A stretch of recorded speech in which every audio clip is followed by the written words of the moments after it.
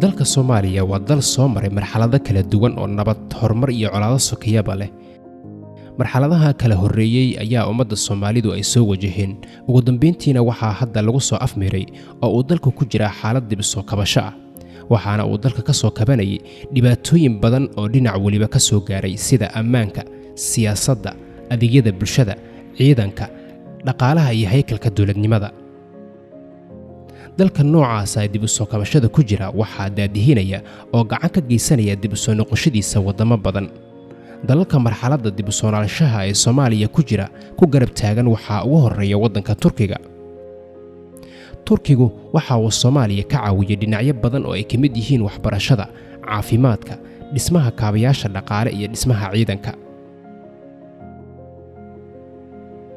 dhanka waxbarashada, laga soo bilaabo sanadkii 2011 hay'adaha dawliga ah ee Turkiga iyo kuwa samafalayaasha ayaa bilaabay deeq waxbarasho oo la siinayo ardayda Soomaaliyeed kuwaasi oo isugu jira dugsi dhexe, dugsi sare ilaa iyo heer jaamacadeed. in ku dhow 9,000 oo arday oo Soomaali ah ayaa deeq waxbarasho u jooga waddanka Turkiga, sida aan ka soo xiganay wargeys ka soo baxa waddanka Turkiga ee magaciisa la yiraahdo Daily Sabah. sidoo kale Turkiga waxa uu iskuul ka furay Muqdisho, waxaana ka mid ah iskuulka Macaarif oo ku yaala kilomitir 4 X dugsiga farsamada Polytechnico iyo qaybtiisii labaad oo ku taala degmada Hodan X dugsiga sare ee Banaadir. dhanka kale hay'adaha Turkiga ee TIKA iyo hay'adda kale ee magaceeda loo soo gaabiyo IHA oo kaashanaya Samsam Foundation ayaa sanadkii 2014 waxa ay fureen kulliyadda beeraha ee jaamacadda Samsam University.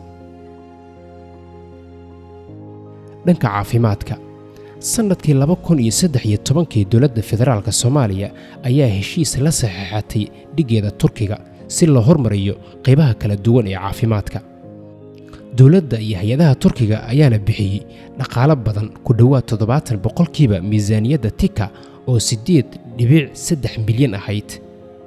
waaxda caafimaadka Turkiga ayaa gacan ka geystay wanaajinta daryeelka caafimaadka Muqdisho, ayadoo gacan ka geysatay fulinta mashaariic ay ka mid yihiin dhismaha isbitaallo, waxaana ka mid ahaa isbitaalladaasi isbitaal Digfeer oo noqday isbitaalkii ugu weynaa ee dib u habeen lagu sameeyo, sidoo kale isbitaal Yardameeli.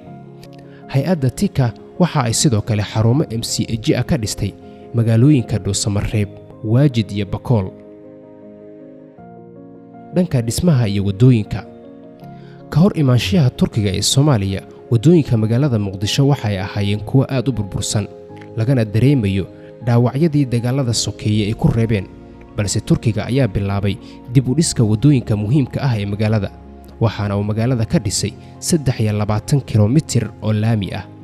laamiyadaasi uu Turkigu dhisay ayaa qayb ka noqday bilicdii magaalada, waxaana ay sababeen in ganacsiyo badan laga sameeyo wadooyinkaasi sida wadada Maka al-Mukarrama,